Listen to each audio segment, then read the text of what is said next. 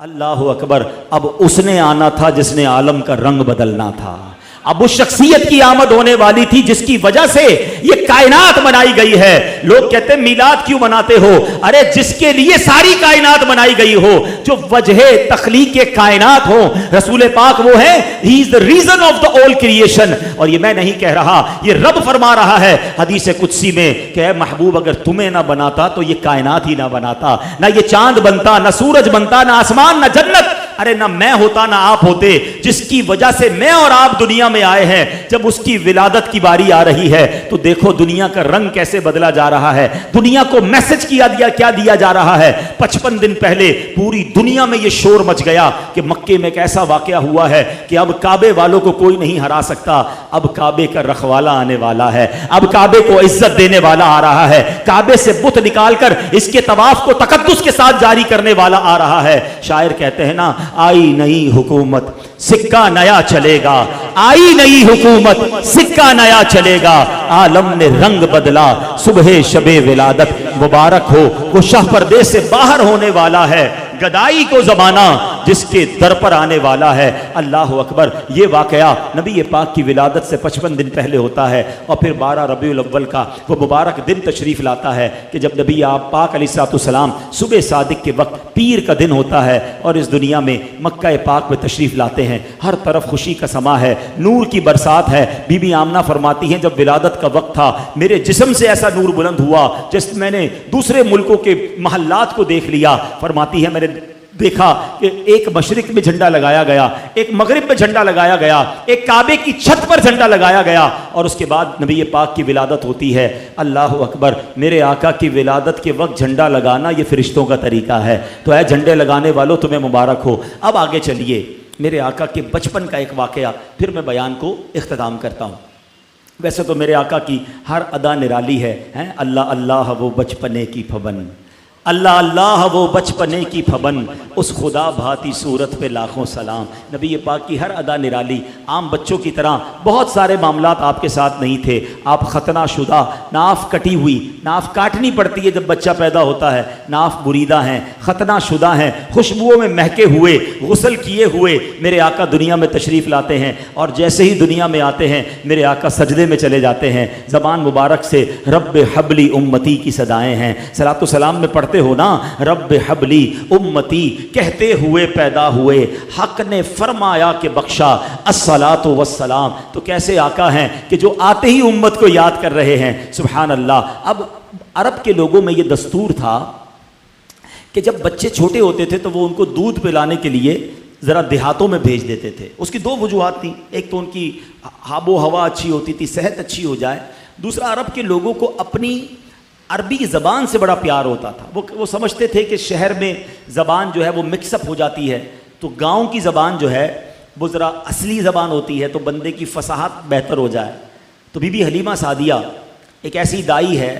اب دیکھیں کہ کمال دیکھو کہ اس زمانے میں اس وقت اس سال بہت ساری دائیاں مکے آئیں اور بڑے بڑے رئیسوں کے بچے لے کر گئیں. ہمیں کسی کا نام یاد نہیں ہے, مگر ایک ایسی دائی جو آئی تو دودھ پلانے تھی, غریب خاندان سے تعلق رکھتی تھی, خدمت نبی پاک کی 1450 سال ہو گئے. سیرت کی ہر کتاب میں دائی حلیمہ کا نام ملتا ہے.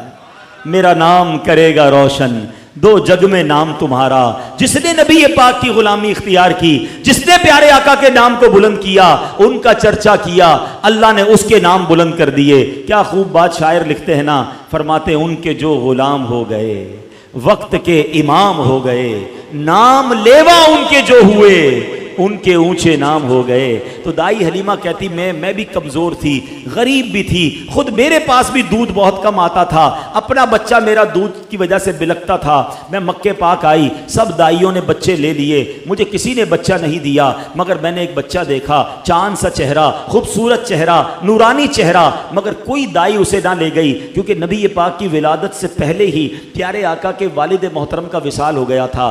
دائیوں نے سوچا والد ہی نہیں ہے, ہمیں مال نہیں ملے گا, ہمیں تحفے نہیں ملیں گے. تو کسی نے بچے کو نہیں لیا. آپ سوچتی ہیں میں خالی آئی تھی, خالی جانا نہیں چاہتی تھی, سوچا کسی نے نہیں لیا. جیسے بچے کو دیکھا دل میں جگہ بن گئی. بڑا پیارا مسکراتا چہرہ تھا, نورانی چہرہ تھا. میں نے سوچا خالی ہاتھ جانے سے بہتر ہے اسی بچے کو ساتھ لے لیتے ہیں. اب سبحان اللہ, دائی علیمہ کہتی جیسے ہی بچے کو گود میں لیا میرے پاس بھی دودھ بڑھنے لگا, میری بکری کے تھن بھرنے لگے. ہم سب گھر والوں نے دودھ پیا.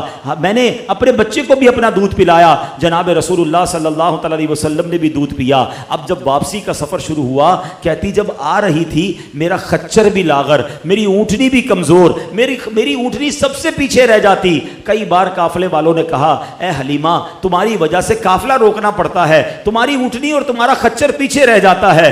اللہ اکبر. کہتی جب واپسی کا سفر ہے میری اونٹنی سب سے آگے ہے, میرا خچر سب سے آگے ہے. گاؤں والے کہتے حلیمہ کیا جانور تبدیل کر لیا, کیا نئی اونٹنی خرید لی؟ کہا اونٹنی تو وہی ہے, یہ برکت ساری اس بچے کی ہے, اس نور والے چہرے والے کی ہے. کہتی جب گاؤں میں پہنچتے ہیں رات ہوئی, جب صبح ہوئی تو گاؤں والے آ کے پوچھنے لگے اے حلیمہ ساری رات تیری جھونپڑی سے روشنی آتی رہی, نور نکلتا رہا, کیا تو نے ساری رات لائٹ جلائی تھی, چراغ جلائے تھے؟ کہتی چراغ تو نہیں جلایا, یہ بچہ ہی ایسا ہے کہ ساری رات اس کے چہرے سے نور نکلتا جا رہا ہے. اللہ اکبر. بی بی حلیمہ کہتی میری بکریاں چرانے میرے بچے جاتے, سارے گاؤں سے زیادہ میری بکریاں فربا ہونے لگ گئیں, موٹی تازی ہونے لگ گئیں. گاؤں والوں نے کہا پتہ تو کرو یہ حلیمہ کی بکریاں کدھر جاتی ہیں, ہماری بکریاں کمزور, اس کی بکریاں طاقتور, اپنی بکریاں ان کے ساتھ بھیجو. اسی کے ساتھ بھیجی جانے لگی. مگر فرق کسی میں نہیں آتا تھا, صرف بی بی حلیمہ سعدیہ کی بکریاں جو ہیں وہ فربا ہیں.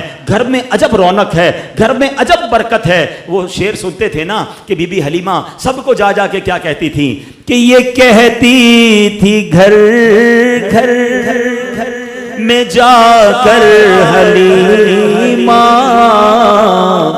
میرے گھر میں خیر الورا گئے ہیں, بڑے اوج پر ہے میرا اب مقدر, میرے گھر میں نور خدا